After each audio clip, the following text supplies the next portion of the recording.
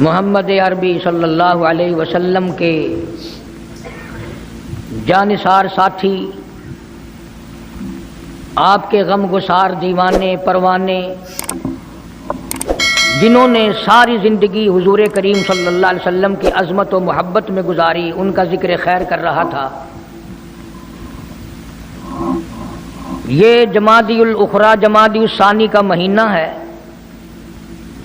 اور یہ وہ مہینہ ہے جس مہینے میں جناب صدیق اکبر رضی اللہ تعالی عنہ کی وفات ہوئی۔ اس وقت دنیا میں لوگوں کو عرسوں کے دن تو یاد ہیں کہ فلاں دن فلاں بزرگ کا عرس لگے گا، فلاں دن فلاں کا میلہ لگے گا۔ کسی کو یہ معلوم بھی ہے کہ سرکار مدینہ کا سب سے پہلا امتی، جن کے بارے میں یہ سب کا عقیدہ اور ایمان ہے،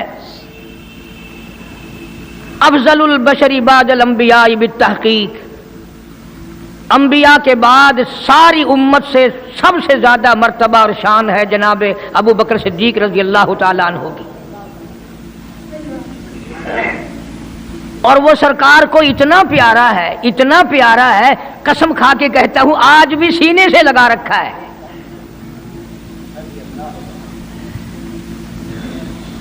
مگر ہم میں سے کون یاد رکھے کہ وہ کون سی تاریخ ہے، وہ کون سا مہینہ ہے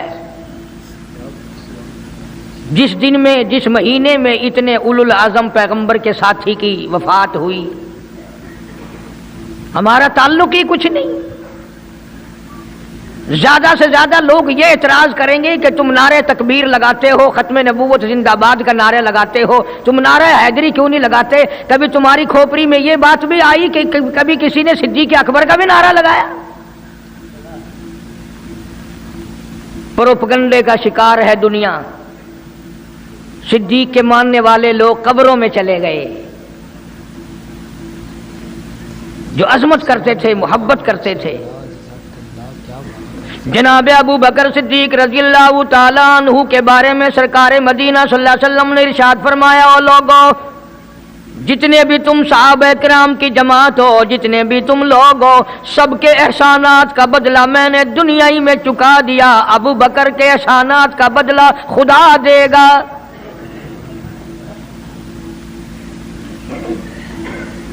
اتنا بڑا عظیم انسان ہے جس کو کالی کملی والے نے صدیق کا لقب دیا، عتیق کا لقب دیا،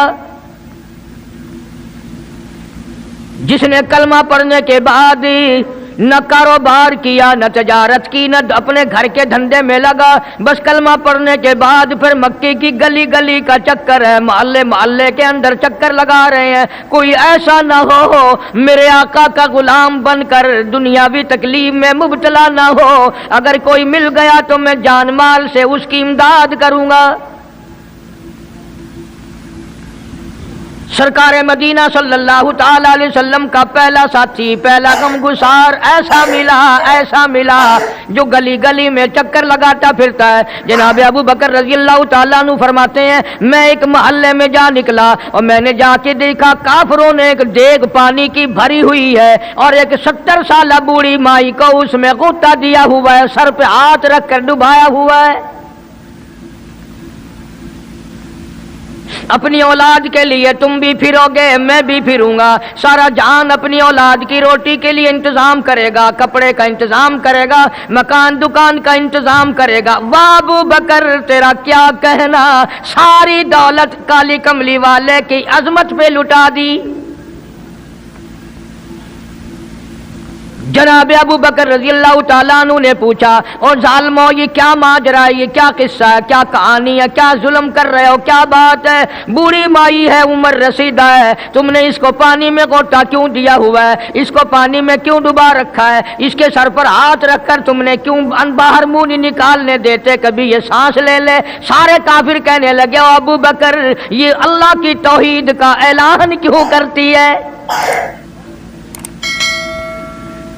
یہ کلمہ کیوں پڑھتی ہے، ہم چھڑا دیں گے۔ جناب ابو بکر رضی اللہ تعالیٰ عنہ فرماتے ہیں میں کھڑا رہا دیکھتا رہا، میرا خیال ہوا ڈوب گئی ہوگی، ختم ہو گئی ہوگی، اتنا لمبا تو آدمی کا سانس ہو ہی نہیں سکتا، یہ اتنی دیر تک پانی میں سانس کیسے روک کے رکھے گی؟ میری تسلی ہو گئی، لیکن صدیق اکبر فرماتے ہیں میں حیران ہو گیا، ظالموں نے ہاتھ ہٹایا، سیدہ نادیہ رضی اللہ تعالیٰ عنہ نے باہر منہ نکالا اور کہنے لگی اللہ احد۔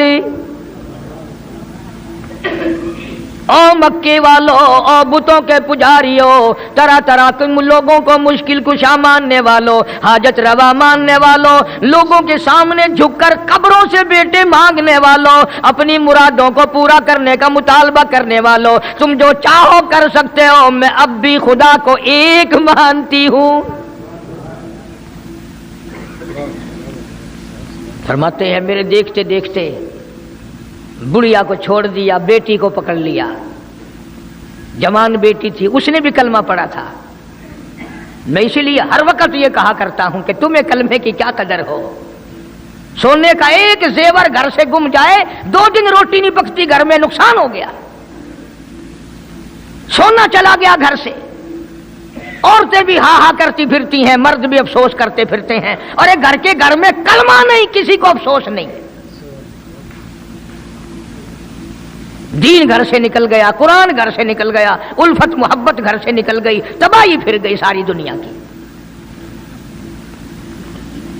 جناب صدیق اکبر رضی اللہ تعالیٰ عنہ فرماتے ہیں میرے دیکھتے دیکھتے جوان بچی کو پکڑا اور اس نے رٹ لگانی شروع کی، کر دی لا الہ الا اللہ محمد الرسول اللہ۔ ادھر کلمہ پڑھنے لگی، کئی کافروں نے اس کا منہ پکڑا، زبان باہر کھینچی، زبان پہ داغ دے دیا،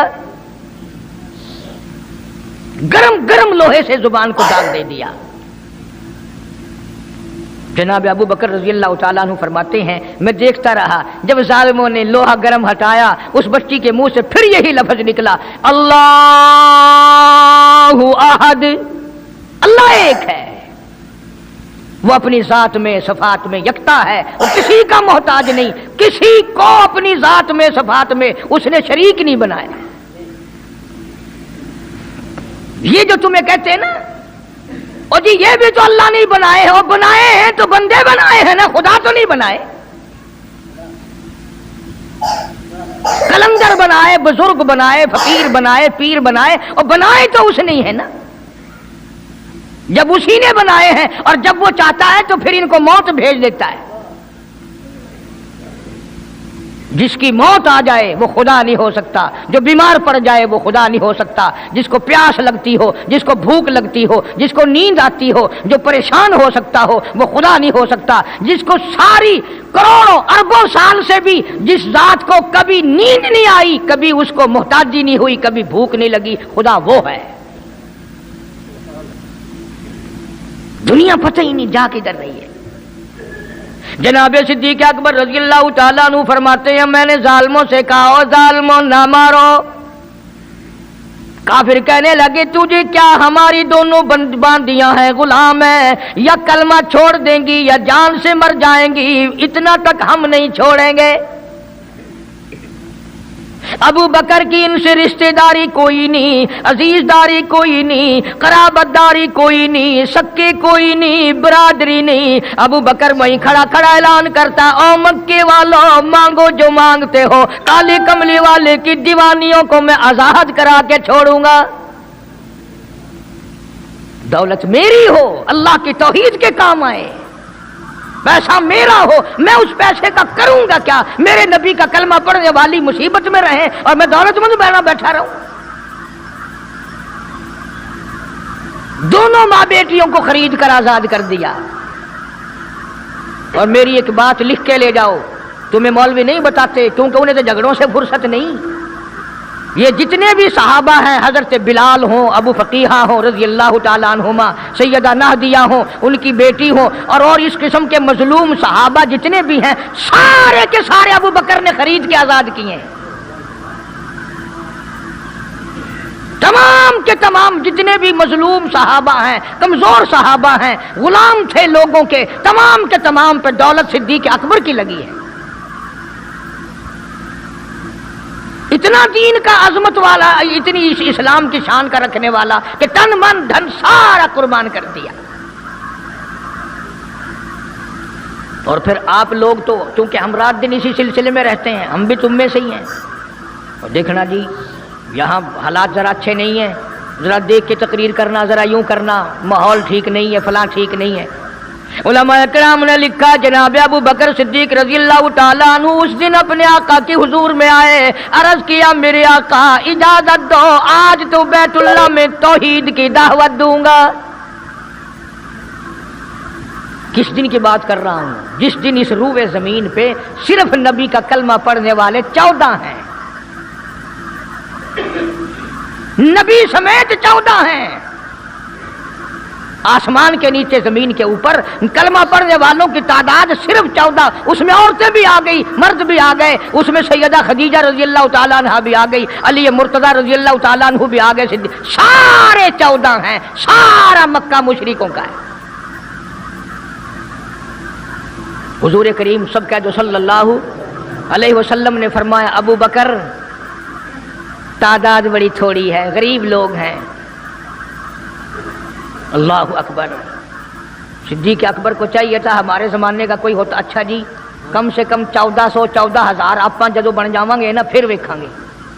نہیں صدیق اکبر نے اسی وقت عرض کر دیا میرے آقا اگر آپ حق پر ہیں اور ہم سب حق پر ہیں، اللہ کی پوجا کرنے والے ہیں، آپ کی نبوت کو ماننے والے ہیں، پھر ڈر کس بات کا؟ اجازت دو میں بیت اللہ میں آج خدا کا قرآن سناؤں گا. وہ کتنا دلیر ہوگا، وہ کتنا بہادر جوان ہوگا. یوں ہی تو نہیں.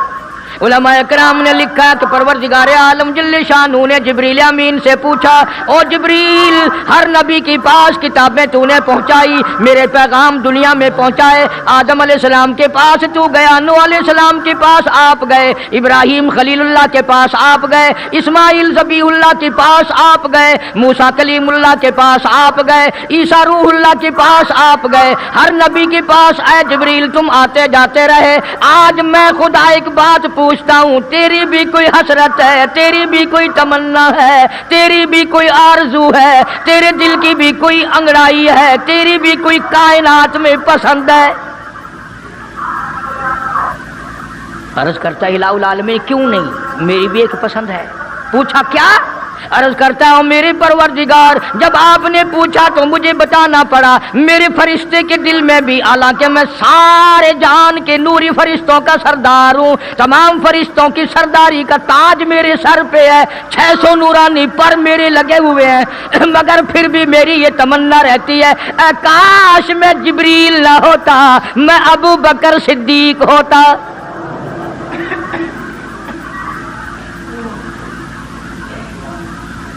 کیا بات ہے.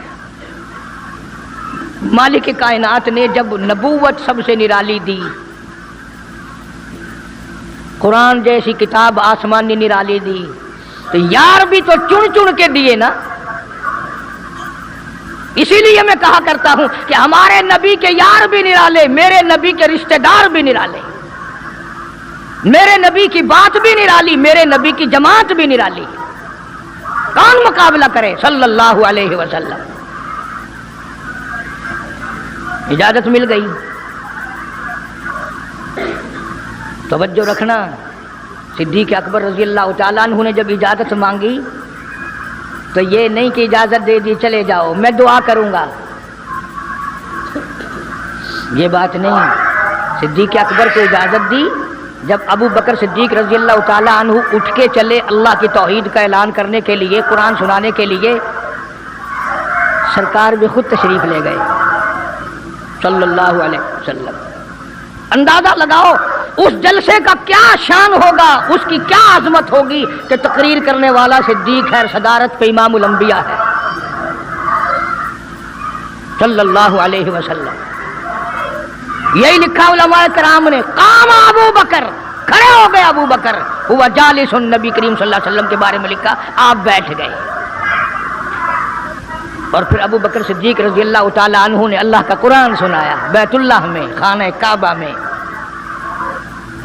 پھر یہ نہیں کہ کسی نے نعرے لگائے ہوں، مرحبا کہا ہو، پھولوں کے ہار ڈالے ہوں، مٹھائی تقسیم کی ہو۔ سرکار مدینہ صلی اللہ تعالی علیہ وسلم کے سامنے صدیق اکبر کو لوگوں نے اتنا مارا، بے ہوش کر دیا۔ حالانکہ ابو بکر نے قرآن پڑھا، وقال رجل مؤمن من آل فرعون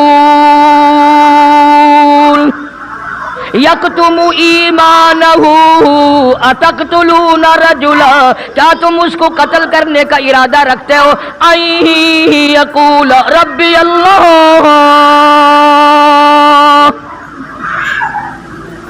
جو اتنی بات کہتا ہے میرا رب اللہ ہے، مشکل کشا اللہ ہے، حاجت روا اللہ ہے، میری حاجات کو جاننے والا بھی اللہ، ان کو پورا کرنے والا بھی اللہ، بیماری دینے والا بھی خدا، دور کرنے والا بھی خدا۔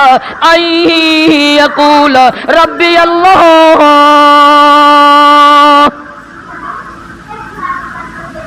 میرا خدا ایک ہے۔ مکے والوں میرے آقا کا قصور بتاؤ، جرم بتاؤ، گناہ بتاؤ، تمہارا کیا نقصان کیا ہے؟ تم کیوں میرے آقا کے دشمن بن گئے ہو؟ صرف ایک موڑ پہ نہیں، ہر موڑ پہ صدیق اکبر رضی اللہ تعالیٰ عنہ نے جان مال کی بازی لگائی۔ جناب عائشہ صدیقہ رضی اللہ تعالیٰ عنہا اور حضور کریم صلی اللہ علیہ وسلم رات کے وقت اپنے آنگن میں کھڑے ہیں، اپنے صحن میں کھڑے ہیں۔ عائشہ صدیقہ تو تمہیں نظر آتی ہے، تم نے عائشہ صدیقہ کا شوہر نہیں دیکھا؟ امام الانبیاء ہے صلی اللہ علیہ وسلم۔ سرکار نے یوں آسمان کی طرف دیکھا، حضرت عائشہ رضی اللہ تعالی عنہا نے عرض کر دیا، میرے آقا کسی کی نیکیاں اتنی بھی ہیں جتنے آسمان پہ ستارے؟ فرمایا ہاں عائشہ، ان سے بھی زیادہ نیکیاں ہیں عمر فاروق کی رضی اللہ تعالی عنہ، ستاروں کی گنتی سے بھی زیادہ نیکیاں ہیں۔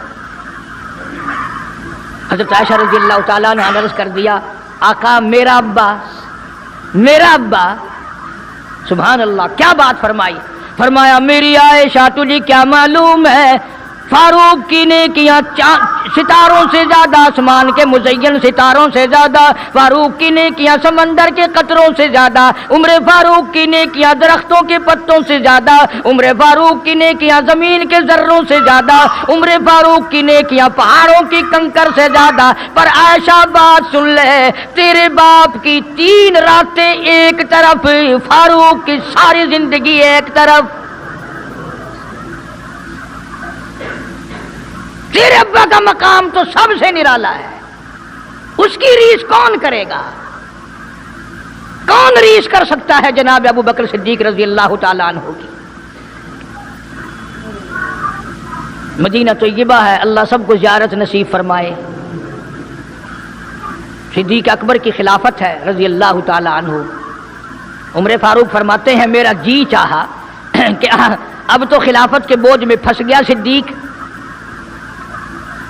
اب تو قوم کا کام اتنا گلے میں پڑ گیا کہ اب کہاں فرصت ملے گی، میں اب نیکیاں زیادہ کماؤں گا۔ مدینے میں ایک بڑھیا بیوہ محتاج، آنکھوں سے محتاج رہتی تھی۔ عمر فاروق رضی اللہ تعالی عنہ فجر کی نماز کے بعد اس کے دروازے پہ گئے، مائی برتن لا، پانی بھر کے لا دوں؟ اندر سے جواب ملا، جزاک اللہ، اللہ تجھے جزائے خیر دے، پوچھنے آیا تیرے سے پہلے اور کوئی سارا ہی کام کر کے چلا گیا، میرا کھانا بھی پکایا، مجھے کھلا بھی گیا، برتن بھی صاف کر گیا، جھاڑو بھی لگا گیا، میرے کپڑے بھی دھو گیا، سب کچھ کر کے چلا گیا۔ آج کون کرے گا؟ دل تو تمہارا بھی کرتا ہے کہ فاروق والی نیکیاں کچھ ہم بھی لے لیں، صدیق والی عظمت کچھ ہمیں بھی مل جائے، پر پہلے منہ تو بناؤ، وہ شکل تو پیدا کرو، وہ عظمت تو پیدا کرو جو انہوں نے کی تھی۔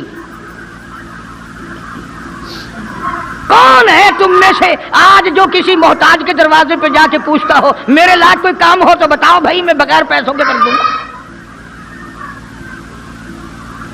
اگر کوئی بیمار بھی پڑ جائے، اچانک بیمار ہو جائے، تو اس کا ہی کوئی لواحق، گھر کا آدمی کوئی دوڑے تو دوڑے، برابر میں سے مجال ہے کوئی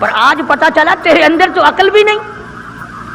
انہوں نے کہا کیوں؟ انہوں نے کہا کمال ہے تیرے والی، اتنی بڑی رقم منظور کر لی بلال کے بدلے.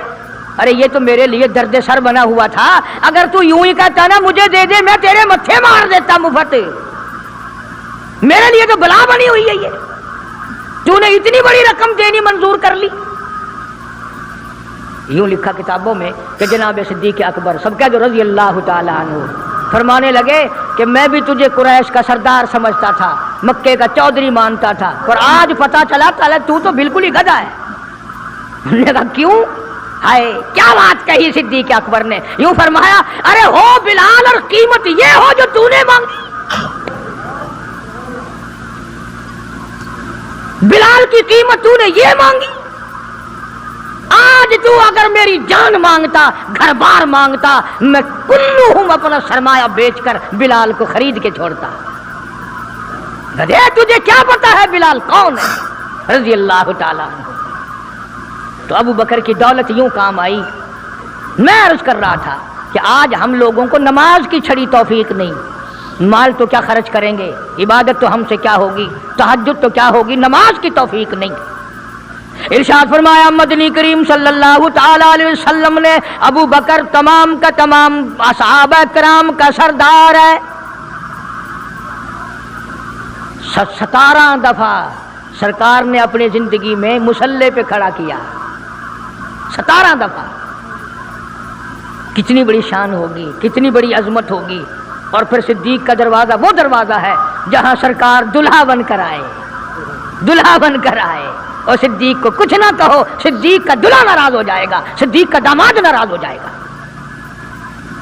اس لیے قرآن کریم نے اعلان کر دیا ان المصدقین والمصدقات. اور لوگو میرے نبی کا صدیق تصدیق کرنے والا عتیق جہنم سے آزاد ہے. وما لأحد عنده من نعمت تجزا. یہ وہ ہے جو مال کی پرواہ نہیں کرتا، ہر نعمت کو میرے نام پہ لٹا دیتا ہے. الا ابتغاء وجہ ربہ الاعلی. میری رضا ڈھونڈتا ہے، مجھے خوش کرنے کے لیے سب کچھ قربان کرنے کو تیار ہے. اور میری ایک آخری بات سن لو. سارے قرآن کی باتیں ایک طرف، حدیثوں کی باتیں ایک طرف، تاریخ کی باتیں ایک طرف، اور آنکھوں کا مشاہدہ ایک طرف. چلے جاؤ مدینے میں، جا کے کالی کملی والے سے خود پوچھو آقا یہ تیرے دائیں طرف بغل میں کون سویا ہوا ہے،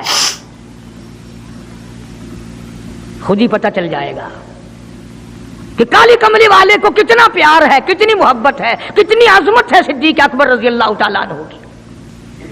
سبحان اللہ ماشاءاللہ. یوں آتا ہے کتابوں میں ایک پہاڑ پہ صدیق اکبر رضی اللہ تعالیٰ عنہ اور فاروق اعظم رضی اللہ تعالیٰ عنہ اور سرکار مدینہ صلی اللہ علیہ وسلم تینوں حضرات جمع ہیں. پہاڑ ہلنے لگ گیا، پہاڑ حرکت میں آیا. کالی کملی والے نے پہاڑ پر قدم مبارک رکھا. ٹھہر جا، تجھ پہ ایک نبی اور ایک صدیق اور ایک شہید موجود ہے.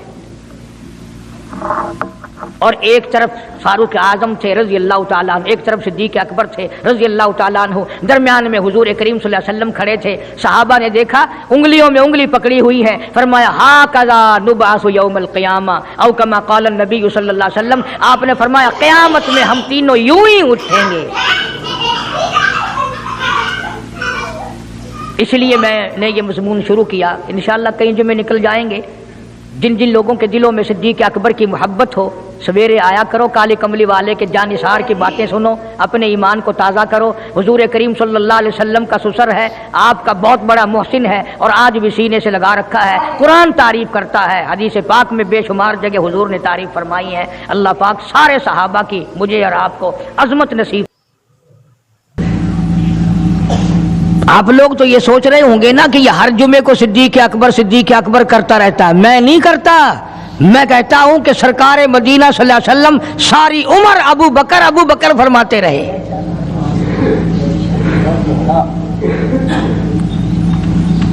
اور ان کے نام میں تجھے تو تب مزہ آئے نا جب تجھے نبی سے پیار ہو تو نبی کے پیاروں سے بھی پیار ہوگا.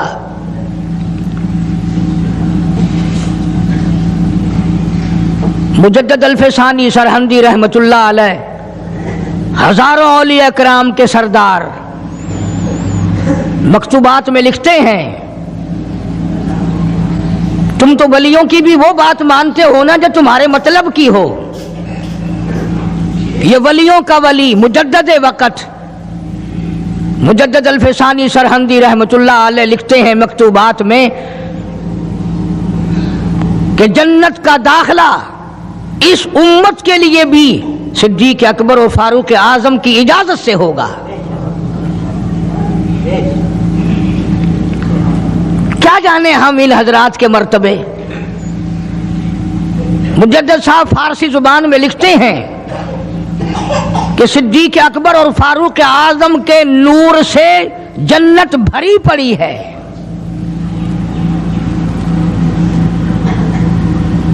جنت کی زینت ان دونوں حضرات سے مجدد صاحب لکھتے ہیں.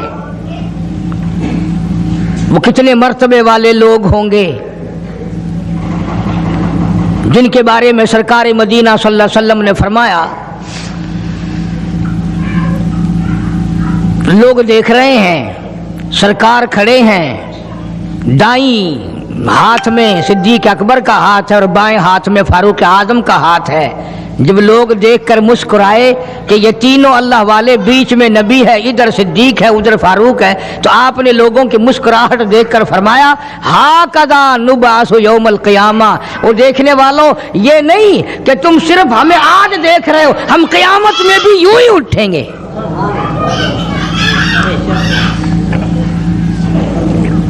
کتنا عظیم مرتبہ ہے. اور زندگی کا تقوی اور پرہیزگاری جو گزری اس کا تو کہنا ہی کیا.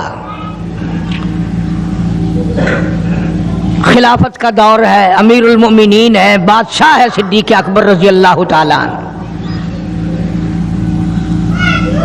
صحابہ کرام نے مل کر صدیق اکبر کا وظیفہ مقرر کیا تنخواہ مقرر کی. وہ اتنا وظیفہ تھا کہ بمشکل اس میں سوکھی روٹی پوری ہوتی تھی بمشکل. ایک دن ابو بکر صدیق کی گھر والی نے میٹھا ہریرا میٹھا حلوہ بنا کر کے کھانے میں دے دیا تو فوراً طلب کیا گھر والی کو یہ چربی کہاں سے آئی یہ گھی کہاں سے آیا یہ میٹھا کہاں سے آیا. مطلب یہ کہ باوجود 22 لاکھ مربع میل کا حکمراں ہوتے ہوئے میرے گھر میں اتنی طاقت کہاں سے آئی کہ میٹھا پک جائے.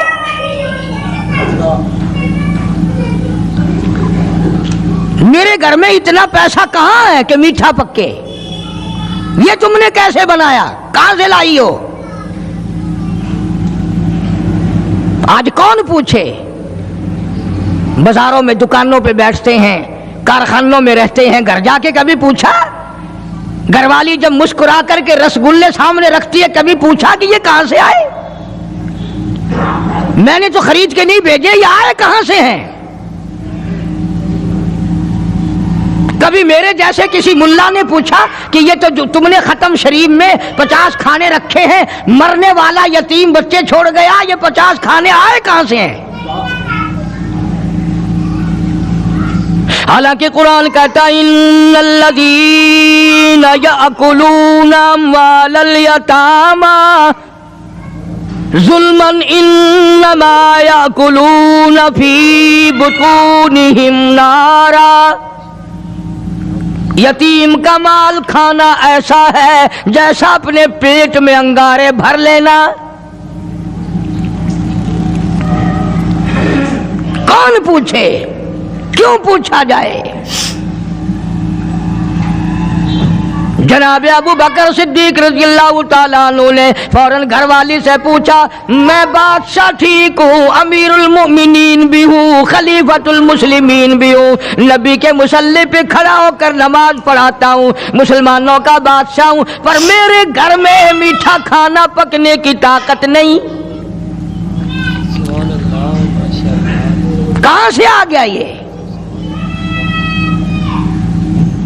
آج کل تو مزدور جہاں کام کرتا ہے 10 روپے کا کام کرتا ہے تو 20 روپے کا نقصان کر کے آتا ہے جان بوجھ کر. یہ حرام خوری نہیں. وہیں سے بچے پالنا وہیں سے اپنا پیٹ پالنا اور وہیں مالک کا نقصان کرنا.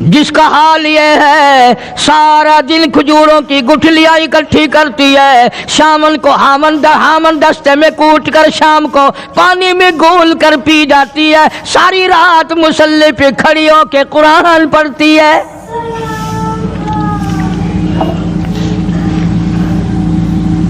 عجیب قسم کا گھرانہ ہے صدیق اکبر رضی اللہ تعالیٰ عنہ کا۔ غربت نہیں تھی، سارے کا سارا قربان کر کے غربت بنا دی۔ نہیں دیکھا آل کو، نہیں دیکھا مال کو، نہیں دیکھا اپنی جان کو، سب کچھ قربان کر دیا۔ امام الانبیاء محبوب کبریا حضرت محمد مصطفیٰ صلی اللہ تعالی علیہ وسلم نے اس قدر رفاقت جوڑی، اس قدر یاری بنائی کہ کبھی بھی الگ نہیں ہوئے۔ آج تم قرآن پڑھتے ہو، قاری حنیف قرآن پڑھتا ہے، کیا اثر ہوگا کسی پہ؟ جناب ابو بکر صدیق رضی اللہ تعالیٰ عنہ مکہ مکرمہ میں نماز کی نیت باندھ کر قرآن کریم کی تلاوت کرتے ہیں۔ علماء نے لکھا ہے کہ پہاڑ بھی ہلنے لگ جاتے تھے، اور کافروں نے نبی پاک سب کا جو صلی اللہ علیہ وسلم سے شکایت کی کہ اپنے ابو بکر کو کہو یہ رات کو قرآن زور سے نہ پڑھے، ہمارے بیوی بچوں پہ اثر ہوتا ہے، ہمارے بچے مسلمان بننے کے لیے تیار ہو جاتے ہیں، ہماری عورتیں قرآن سن کر کفر چھوڑ کر مسلمان بننے کو تیار ہو جاتی ہیں، ابو بکر سے کہو یہ آہستہ قرآن پڑھا کرے۔ یعنی اس کی زبان میں اس قدر تاثیر تھی اور اس قدر اللہ تبارک و تعالیٰ نے خوف رکھا تھا، جو صدیق کی زبان سے قرآن سنتا تھا مسلمان بننے کے لیے تیار ہو جاتا تھا۔ آج ہم قرآن پڑھیں، حدیث پڑھیں، کچھ بھی پڑھیں، اثر نہیں ہوتا۔ کیسے ہو؟ ہمارے یہاں دلوں میں جگہ ہو جبھی تو بات بنے۔ اس لیے قرآن کریم کہتا کلا بل ران علی قلوبہم ما کانوا یکسبون، گناہ کرتے کرتے، حرام کھاتے کھاتے اس قدر دل کالے ہو گئے، اب قرآن کے لیے، دین کے لیے، ایمان کے لیے گنجائش کوئی نہیں، اندر گنجائش ختم ہو گئی، سارا دل بھر گیا۔ فرمایا کلا انہم عن ربہم یومئذ لمحجوبون، ہرگز ایسا نہیں، جو لوگوں کا خیال ہے دین ان کے خیالات پہ نہیں چل سکتا۔ جناب ابو بکر صدیق رضی اللہ تعالیٰ عنہ بیمار ہیں، آخری وقت قریب ہے، اللہ اللہ۔ سیدہ عائشہ صدیقہ رضی اللہ تعالیٰ عنہ کے ہاتھ میں نیا کپڑا دیکھا، بیٹی کے ہاتھ میں نیا کپڑا دیکھا۔ صدیق اکبر رضی اللہ تعالیٰ عنہ نے فرمایا بیٹی یہ کپڑا کیسا ہے؟ عرض کی ابا جان کفن کے ارادے سے منگوا لیا ہے، نہ جانے کس وقت ضرورت پڑ جائے گی، مجھے خطرہ ہے، اندیشہ ہے، آپ کا آخری وقت ہے، میں نے کفن کے لیے کپڑا منگا لیا ہے۔ اللہ اکبر۔ ناراض ہوئے، فرمایا عائشہ وعدہ کرو مجھ پر نیا کفن نہیں ڈالو گی۔ عائشہ یہ کپڑا جو تو نے کفن کے لیے منگایا مدینے کی کسی بیوہ کو دے دینا، سر پہ ڈال کے پردہ کر لے گی۔ عائشہ کسی یتیم کو دے دینا، وہ اپنا کرتا بنا لے گا، وہ غریب اپنا ننگ ڈھک لے گا، مجھے نئے کفن کی کوئی ضرورت نہیں۔ اللہ کے یہاں کفن نہیں دیکھے جاتے، اس کے یہاں تو اعمال دیکھے جاتے ہیں۔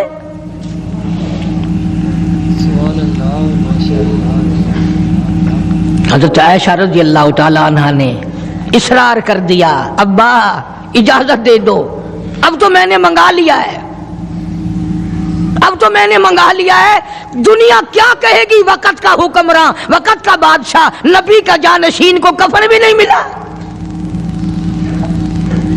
پھر دوسرا رخ اختیار کیا ہے صدیق اکبر سب کا جو رضی اللہ تعالیٰ عنہ،